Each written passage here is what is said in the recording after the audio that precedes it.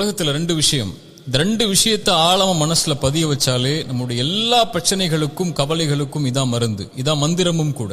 முதல் மந்திரம், நம்முடைய வாழ்வாதாரம் இந்த உலகத்தில் முடிவு செய்யப்பட்டது. நம்முடைய கடைசி சொட்டு தண்ணீரை அருந்தாத வரைக்கும் மரணம் நம்மை வந்தடையாது. நம்முடைய வாழ்வாதாரத்திலிருந்து ₹1 யாரும் எடுத்துறவும் முடியாது, ₹1 யாரும் கொடுத்துறவும் முடியாது. நம்முடைய தாயுடைய கருவறையில் நாம் உதயமாவதற்கு முன்னதாகவே இந்த வாழ்வாதாரம் முடிவு செய்யப்பட்டது. முடிஞ்ச வரைக்கும் முயற்சி செய்யணும், அல்லாஹ் கொடுக்கறது கொண்டு திருப்தி ஆயிரணும். இரண்டாவது மந்திரம், இந்த உலகத்தில் எந்த ஒரு தீமையும் சோதனையும் பிரச்சனையும் கவலையும் நம்மை வந்தடையாது இறைவன் நாடாத வரைக்கும். வருவது நலவு. குர்ஆனுடைய இந்த வசனத்தை கேளுங்க.